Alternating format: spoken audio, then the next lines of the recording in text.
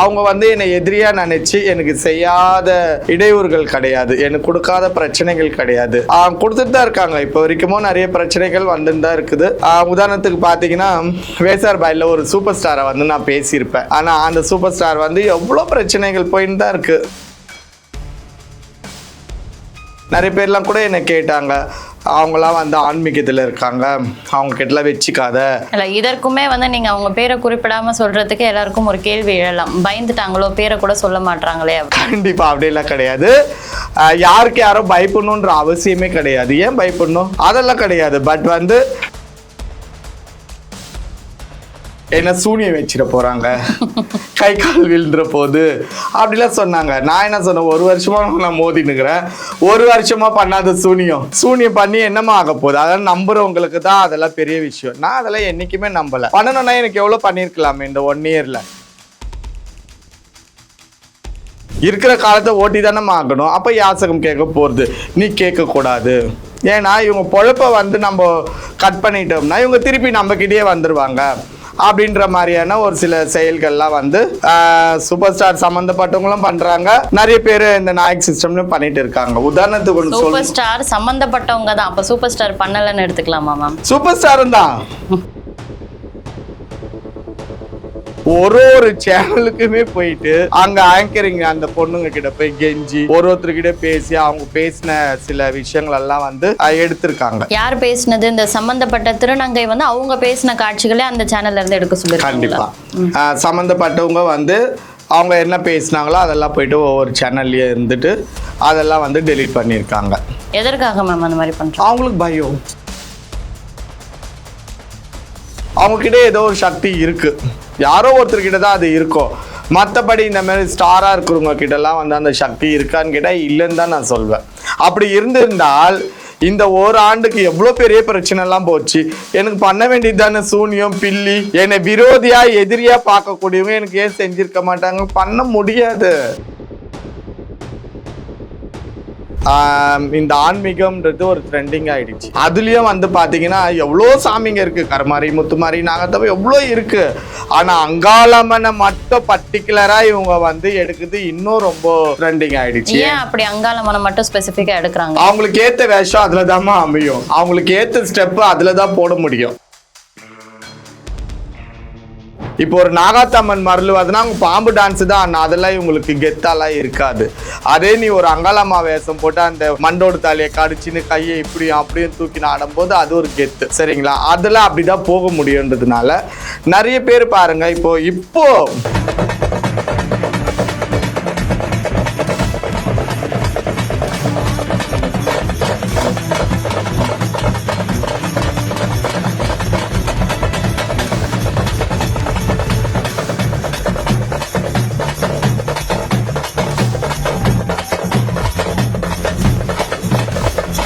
பாலியல் தொழிலே அவங்களுக்கு மார்க்கெட் கிடையாது, யாசகமும் போய் கேட்க முடியாது. இப்போ இருக்கிற இதில் பார்த்தீங்கன்னா 30 வயசுலேயே பிபி சுகர் கொலஸ்ட்ரால்லாம் வந்துடுது. ஸோ அதுவும் பண்ண. அப்போ இது ரெண்டுத்தையுமே விட்டுட்டு அடுத்து அவங்களோட வாழ்வாதாரம் என்ன? திருநங்கைகள்னாலே வந்து அர்த்தநாரி. திருநங்கைகள்னு சொன்னாலே வந்து அவங்க கிட்ட இயற்கையாகவே ஒரு சக்தி இருக்குதான் பொதுமக்கள் நம்புறாங்க. அப்போ உடனே என்ன பண்ணுறாங்க, ஆன்மீகத்தில் இறங்கிடுறாங்க.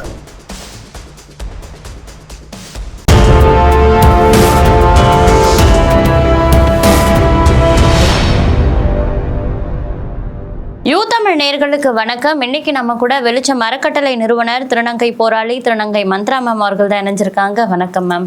வணக்கம். தமிழ் நேயர் அனைவருக்குமே மந்த்ராவின் பணிவான வணக்கங்கள்.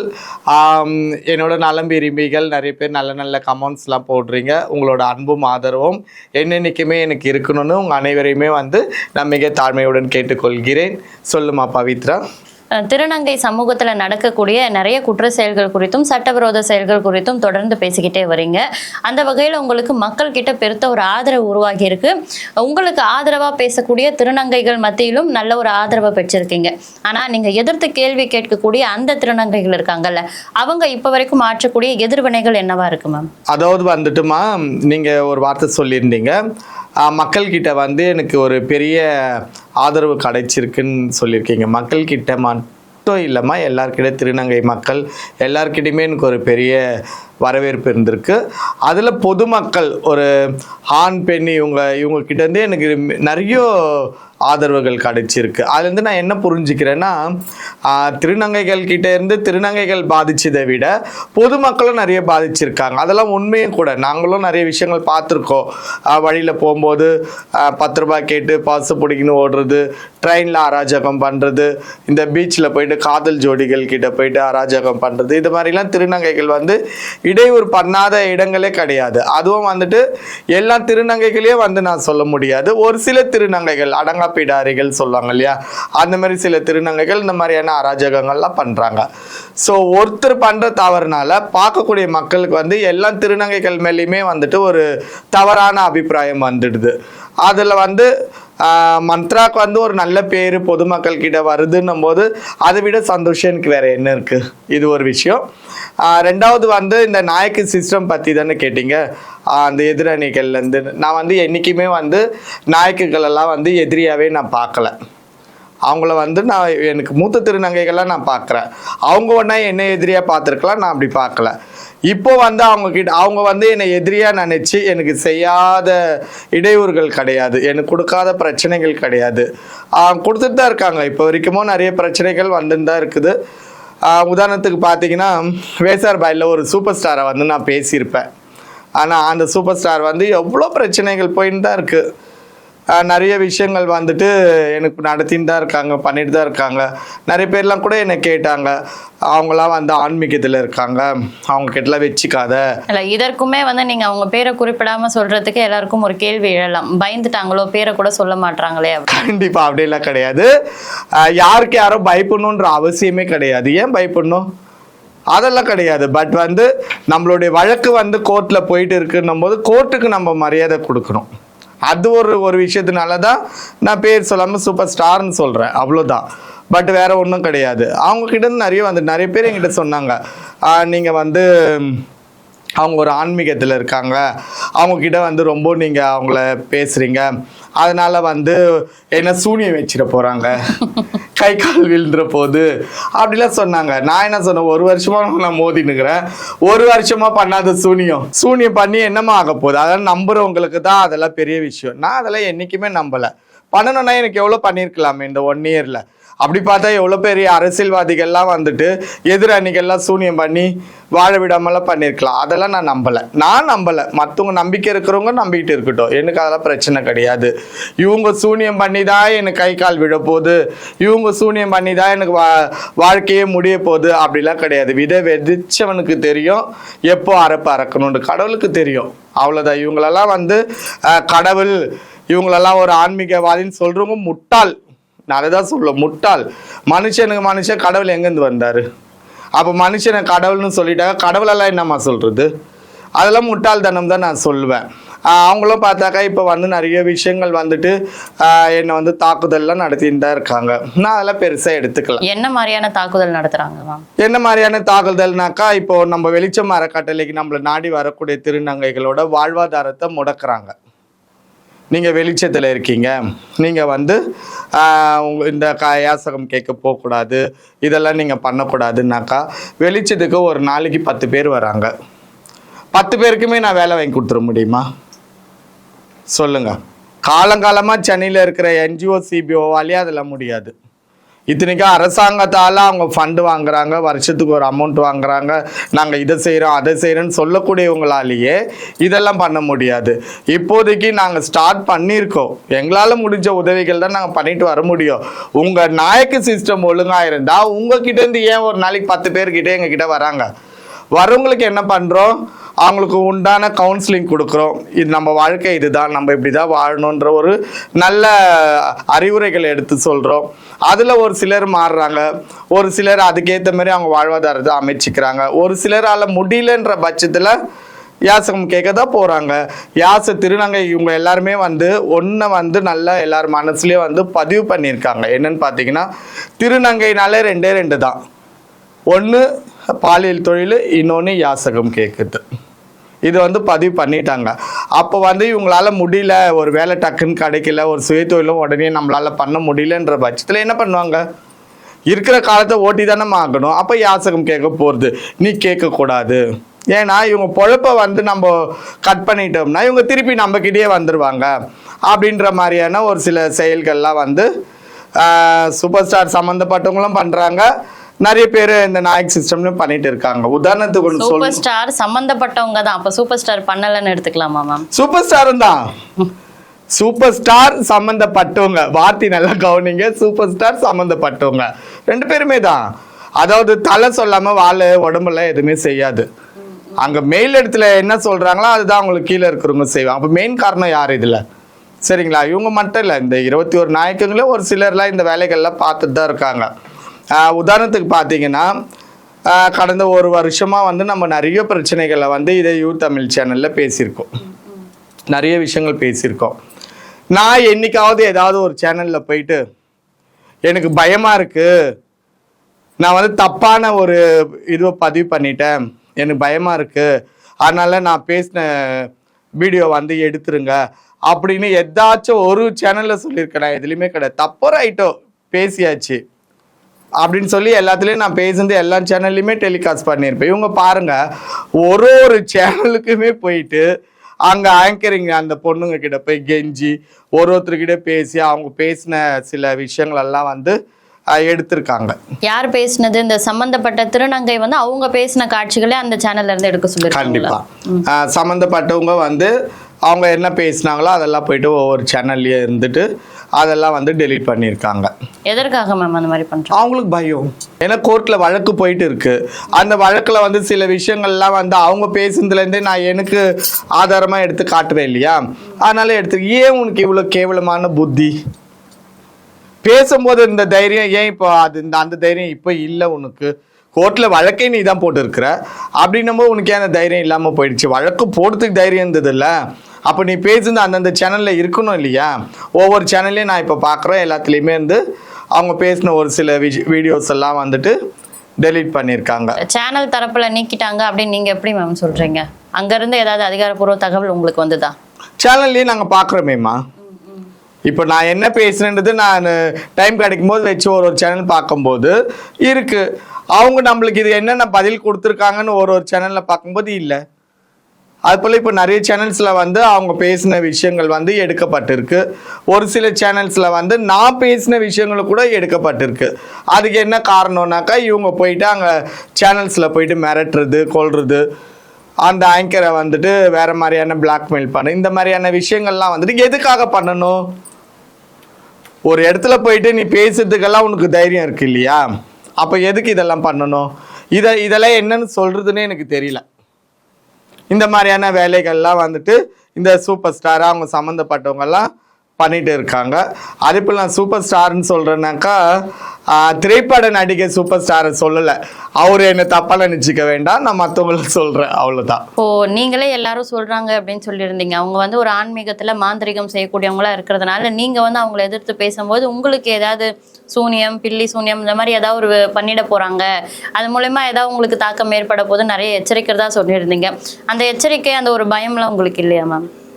அதாவதுமா, நீங்கள் பில்லி சூனியம்னு இப்போ சொல்லும் போது எனக்கு பயமாக இருக்குது. அதாவது வந்து நம்புறவங்களுக்கு தாம்மா அது எல்லாமே வந்துட்டு. இப்போ நிறைய மக்கள் வந்துட்டு பில்லி சூனியம் காத்து கருப்பு, நம்ம எந்த காலத்தில் இருக்கோம், எந்த ஜென்ரேஷனில் இருக்கோம்? இப்போ பார்த்தீங்கன்னா கடவுளே இல்லைன்னு சொல்லி வாழக்கூடியவங்க கூட நல்லா தான் இருக்காங்க. சரிங்களா? பில்லி சூனியம் அப்படின்னா என்னது? பில்லினா என்ன, சூனியம்னா என்ன, அது எப்படி இருக்கும்? எனக்கு அதெல்லாம் கூட தெரியும். நானும் ஒரு திருநங்கை தாம்மா, நானும் கடவுள் வணங்குறேன், நானும் ஒரு காளி பக்தர் தான். இந்த பில்லினா என்ன, சூனியனா என்ன, ஏவல்னா என்ன, இதெல்லாம் வந்து எங்களுக்குலாம் தெரியாது. நாங்கள் ஜென்ரலாக எல்லாரும் மாதிரி ஒரு சாமி கும்பிடுவோம். அதாவது ஒன்று நல்லா புரிஞ்சுக்கோங்க, இந்த சாமி ஆடுறது, மருள் ஆடுறது, இதெல்லாம் பார்த்தீங்கன்னா உதாரணத்துக்கு பார்த்தீங்கன்னா ஒரு வெள்ளைக்காரங்க வெளிநாட்டில் இருக்கவங்க மேலே சாமி வருதா? இல்லை. ஆடுறாங்களா? இல்லை. ஏன் நம்ம தமிழ்நாட்டில் இந்தியர்கள்ல மட்டும் தமிழ்நாட்களுங்க மேலே மட்டும் சாமி வருது, ஏன் அவங்க மேலே வர மாட்டேது? அது கூட எத்தனை சாமிமா வர ஒரு ஆள் மேல, ஒருத்தர் மேல அந்த பம்ப தட்டோ எந்தெந்த சாமி பேரெல்லாம் சொல்றா அந்த சாமியெல்லாம் வருது. எப்படிமா இதெல்லாம் வந்து எனக்கு நம்பிக்கை கிடையாது. இதை வந்து நான் திருநங்கைகளை வந்து தவறா நான் சொல்லலை. அவங்க வந்து பக்தி பரவசத்துல அவங்க சாமி ஆடுறாங்க. இதுல எப்படி சொல்லுவாங்க, நம்ம பக்தியோட உச்ச கட்டம் தான் இந்த மருள் ஆடுறதுன்றதை வந்து நம்ம அப்படிதான் எடுத்துக்கணும். நம்ம ஆழ்ந்த பக்தியோடு இருந்தோம், தன்னை மறந்த நிலையில நம்ம இந்த மருளாடுறோம். அது வந்து பக்தி பரவசத்தில் நம்ம இருக்கோம், அவ்வளோதான். பட் இந்த இது சொல்கிறது அது சொல்கிறதுலாம் வந்து எனக்கு அதில் நம்பிக்கை கிடையாது, அவ்வளோதான். இதுலேயே வந்து நிறைய பேர் வந்து சிறு வயதுலேருந்தே ஆன்மீகத்திலேயே போயிட்டு இருக்காங்க. அவங்க சொல்கிற வாக்குகள்லாம் கூட நிறைய பலிக்குது. எனக்கு தெரிஞ்சலாம் நிறைய பேர் இருக்காங்க, அவங்க சொல்கிற வாக்கெல்லாம் பலிக்குது. அவங்களும் தேடி கூட்டம் வருதுனாக்கா அவங்கக்கிட்ட ஏதோ ஒரு சக்தி இருக்குது, யாரோ ஒருத்தர்கிட்ட தான் அது இருக்கும். மற்றபடி இந்த மாதிரி ஸ்டாராக இருக்கிறவங்க கிட்டலாம் வந்து அந்த சக்தி இருக்கான்னு கேட்டால் இல்லைன்னு தான் நான் சொல்வேன். அப்படி இருந்திருந்தால் இந்த ஒரு ஆண்டுக்கு எவ்வளோ பெரிய பிரச்சனைலாம் போச்சு. எனக்கு பண்ண வேண்டியது தானே சூனியம் பில்லி. என்னை விரோதியா எதிரியா பார்க்கக்கூடியவங்க எனக்கு ஏன் செஞ்சிருக்க மாட்டாங்க? பண்ண முடியாது. நீ பில்லி சூனியம் ஏவல் அப்படியே கூட பார்த்தோம்னா கூட ஒருத்தருக்கு பில்லி சூனியம் ஏவல் இதெல்லாம் இருக்கு உண்மைனாக்கா நியாயத்தின்படி தான் அது வேலை செய்யும்னா அப்போ நான் செஞ்சுதான் நியாயம். நீ பண்ண பில்லி சூனியங்கள் வந்து என்கிட்ட பலிக்கலன்ற பட்சத்தில் உன் மேலே நியாயம் இல்லைன்னு அதுவே சொல்லுது. அதானே அர்த்தம். அதாவது இவங்கெல்லாம் வந்து ஊரை ஏமாத்துறவங்க. இல்லை எவ்வளோ திருநங்கைகள் வந்து ஆன்மீகத்திலேயே வந்து சின்ன வயசுல இருந்து ஆன்மீகத்திலேயே ஊறி போயிருப்பாங்க. அவங்களாம் வந்துல தன்னை அறியாமலே சும்மா ஒரு பிள்ளைய கூப்பிட்டு ஒரு விபூதி போட்டால் கூட அந்த பிள்ளைக்கு ஒரு உடல் ஆரோக்கியம், ஒரு புத்துணர்வு தெரியும். இதுதான் மாற்றம். இப்போ எல்லாருமே வந்து திருநங்கைகள்ல பாதி பேர் பாத்தீங்கன்னா இந்த ஆன்மீகத்துல இறங்கிடுறாங்க. ஃபர்ஸ்ட் வந்து பாலியல் தொழிலும் கடையில வசூல் பண்றதும் தான் வந்து திருநங்கைகளுக்கான தொழிலா இருந்த நிலையில இதுல ஆன்மீகமும் இப்போ வந்து ஆட் ஆன் ஆயிருக்கு. இதை பார்க்கும்பொழுது இதுவும் ஒரு ஏமாற்று வேலை அப்படின்னு மக்கள் யோசிப்பாங்க மேம். கண்டிப்பா. அதாவது பாருங்க, இப்போ திருநங்கைகள்ல வந்துட்டு இந்த ஆன்மீகம்ன்றது ஒரு ட்ரெண்டிங் ஆயிடுச்சு. அதுலேயும் வந்து பார்த்தீங்கன்னா எவ்வளோ சாமிங்க இருக்குது, கருமாரி முத்துமாரி நாகத்தவை எவ்வளோ இருக்குது. ஆனால் அங்காளம்மனை மட்டும் பர்டிகுலராக இவங்க வந்து எடுக்குது இன்னும் ரொம்ப ட்ரெண்டிங் ஆயிடுச்சு. ஏன் அப்படி அங்காளம்மனை மட்டும் ஸ்பெசிஃபிக்காக எடுக்கிறாங்க? அவங்களுக்கு ஏற்ற வேஷம் அதில் தான்மா அமையும், அவங்களுக்கு ஏற்ற ஸ்டெப்பு அதில் தான் போட முடியும். இப்போ ஒரு நாகாத்தம்மன் மருளுவதுன்னா அவங்க பாம்பு டான்ஸு தான், அதெல்லாம் இவங்களுக்கு கெத்தாலாம் இருக்காது. அதே நீ ஒரு அங்காளம்மா வேஷம் போட்டு அந்த மண்டோடு தாலியை கடிச்சின்னு கையை இப்படியும் அப்படியும் தூக்கின்னு ஆடும்போது அது ஒரு கெத்து, சரிங்களா? அதெல்லாம் அப்படிதான் போக முடியுன்றதுனால நிறைய பேர் பாருங்க.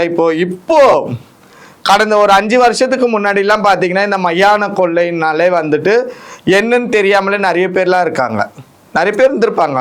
அதெல்லாம் வந்து எப்படி எங்கேயோ ஒரு ஊர்ல ஒரு ஏரியால தான் அது நடக்கும். இப்போ பாருங்க தெருவுக்கு தெரு மயான கொள்ளை பார்க்குற பொதுமக்களுக்கு வந்து இங்க போலாமா அங்க போலாமா எங்க போறதுன்னு தெரியல. அந்த மாதிரி எல்லாம் வந்துட்டு சென்னையில இல்ல மற்ற பொதுமக்களுக்கு இடையூறு, டிராபிக் ஜாம் பண்றது, ஆமா இது எல்லாமே நடந்துட்டு இருக்குது. இப்ப இத வந்து அம்மன், அதாவது நான் திரும்பவும் சொல்றேன், கடவுள் இருக்காங்க, தெய்வம் இல்லாம பகல் விடியில இரவு போகல, சரிங்களா? கடவுள்னு ஒரு சக்தி இருக்கு. ஆனா தெய்வத்தின் பேரை சொல்லி ஒரு சில திருநங்கைகள் இந்த மாதிரி அநியாய அக்கிரமெல்லாம் பண்ணிட்டு இருக்காங்க. இதனால என்ன ஆகுதுன்னா உண்மையாவே கடவுளுக்காகவே வாழ்ந்து கொண்டு இருக்கக்கூடிய திருநங்கைகளுடைய இதுவெல்லாம் பாதிக்குது.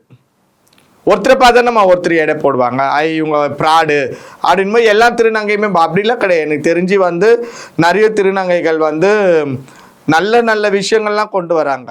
திருநங்கைகளில் வந்து அதிசயங்கள்லாம் கூட வந்து காட்டியிருக்காங்க. எனக்கு தெரிஞ்சு பார்த்தீங்கன்னா இங்கே கோவிலம்பாக்கம் நன்மங்கலம் சைடில் அங்கே ஒரு தேவராஜி சாமியார்னு ஒருத்தவங்க இருக்காங்க.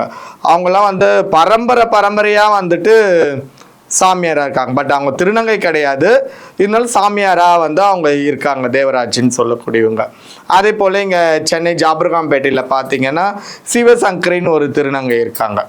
அவங்களும் வந்துட்டு நிறைய விஷயங்கள் வந்து ஆன்மீகத்தில் கற்றுக்கிட்டு இப்போ பண்ணிட்டு இருக்காங்க. அவங்கக்கிட்ட போகிறவங்களும் நல்ல பலனடைஞ்சு நல்லா தான் வராங்க. ஆனால் இந்த சைடில் இருக்க திருநங்கை பார்த்தீங்கன்னா ஏமாற்றம் தான் நிறைய பேர் சொல்றாங்க. இப்போ திருநங்கை சமூகத்துல பாத்தீங்கன்னா ஆண் பெண் அந்த பாலினத்தை தாண்டி ஒரு திருநங்கை சமூகம் எப்படி வளருதுன்னா, ஒரு திருநங்கையின் கீழே ஒரு 10 திருநங்கை வளர்றாங்க. அந்த 10 திருநங்கைகளும் அவங்களுடைய மூத்த திருநங்கைகளை பார்த்து வளர்றாங்க. இந்த ஒரு மூத்த திருநங்கை வந்து இந்த மாதிரி ஆன்மீகம் சம்பந்தப்பட்ட வேலைகள்ல மக்களை ஏமாற்றும் பொழுது அவங்களுக்கு கீழே வரக்கூடிய அந்த 10 பேரும் அவங்கள பார்த்து அதே ஒரு வேலையை செய்யறாங்களா மேம்? கண்டிப்பா. அதாவது என்ன கேட்டாமா, திருநங்கைகள்னு பார்த்துட்டாக்கா ஒரு சில வயசுல வந்து யாசகம் கேட்க போகிறாங்க. அதுக்கு அடுத்த ஜென்ரேஷன் அந்த யாசகம் கேட்டதுக்கு அப்புறம் பாலியல் தொழிலை சூஸ் பண்ணுறாங்க. அதுக்கு அடுத்த ஜென்ரேஷன் பார்த்தா வயசாயிடுது. அப்போ என்ன பண்ணணும், பாலியல் தொழிலே அவங்களுக்கு மார்க்கெட் கிடையாது, யாசகமும் போய் கேட்க முடியாது. இப்போ இருக்கிற இதில் பார்த்தீங்கன்னா 30 வயசுலேயே பிபி, சுகர், கொலஸ்ட்ரால்லாம் வந்துடுது. ஸோ அதுவும் பண்ண. அப்போ இது ரெண்டுத்தையுமே விட்டுட்டு அடுத்து அவங்களோட வாழ்வாதாரம் என்ன? திருநங்கைகள்னாலே வந்து அர்த்தநாரி. திருநங்கைகள்னு சொன்னாலே வந்து அவங்கக்கிட்ட இயற்கையாகவே ஒரு சக்தி இருக்குதா பொதுமக்கள் நம்புகிறாங்க. அப்போ உடனே என்ன பண்ணுறாங்க, ஆன்மீகத்தில் இறங்கிடுறாங்க. ஒரு சிலையை வச்சுட்டு அந்த சிலையாண்ட உட்காந்துக்கிட்டு ஒரு வேப்பிலை அடிச்சுன்னு ஒரு இது போட்டுனா அதையும் நம்பி மக்கள் வராங்க. அப்போ என்ன ஆகுறாங்க, அந்த ஆன்மீகத்தில் வந்து இன்னும் நம்ம இதுவாக கொண்டு போகணும், மீடியாவில் போகணும், ஆன்மீக இதில் பேசணும், அதில் பேசணும், இதில் பேசணும், நம்ம பாப்புலர் ஆக்கணும் அப்படின்ற மாதிரிலாம் போய்டும். நல்லா பாருங்கள், ஒரு திருநங்கை ஒருத்தவங்க பண்ணுறாங்க சென்னையில். அவங்க நம்ம நேரில் போயிட்டு நம்ம குறைய சொல்லி அழுது தேம்பி நம்ம கண்ணீரால் அவங்களுக்கு பாதாபிஷேகம் பண்ணிட்டு வந்தால் கூட நம்ம குறை தீர மாட்டுது. உண்மைதானே இது? தீர மாட்டுது. பட் இவங்க வந்து ஆன்லைனில் வந்து பரிகார பூஜை பண்ணுறாங்க. எப்படி சாத்தியமாகுது? சாத்தியமாகிட்டு இருக்கு. என்ன பண்ணலாம்? இதெல்லாம் என்னன்னு சொல்றது? போற மக்கள் முட்டாள்னு சொல்றதா இல்லை இவங்கள புத்திசாலின்னு சொல்றதா? ஆன்மீக பரிகார பூஜை அது இதுன்னெல்லாம் வந்து பண்ணிட்டு இருக்கிறாங்க. இவங்களுக்கும் பொழப்பு நடந்துன்னு தான் இருக்கு. இந்த மாதிரி போயிட்டு இருக்கு. இதெல்லாம் வந்து எப்படி கொண்டு போகிறது, மக்களை வந்து என்னன்னு சொல்றதுன்றது கூட தெரியல. அதே போல் பார்த்தீங்கன்னா ஒரு சைடு வந்து ஒரு பாப்பா ஒருத்தவங்க இப்போ இறந்துட்டாங்கல்ல, அவங்க பேர் கூட நம்ம ரிதன்யாவோட ஆன்மா வந்து உன்னை சும்மா விடாது, உன்னை பழி வாங்கியே தீரும்னு ஒரு திருநங்கை சொல்லிட்டு இருக்கிறாங்க. இன்னொரு திருநங்கை வந்து ரொம்ப நியாயத்துக்கு பேர் கொண்டவங்க, சத்தியத்துக்கு கட்டுப்பட்டவங்க. அவங்க வாயை திறந்தாலே உண்மைகள் தான் வரும். அவங்க பொதுமக்களுக்குன்னு மட்டும் இல்லை, திருநங்கைகளுக்கும் சேர்த்து நல்லதே செஞ்சு வாழ்ந்தவங்க.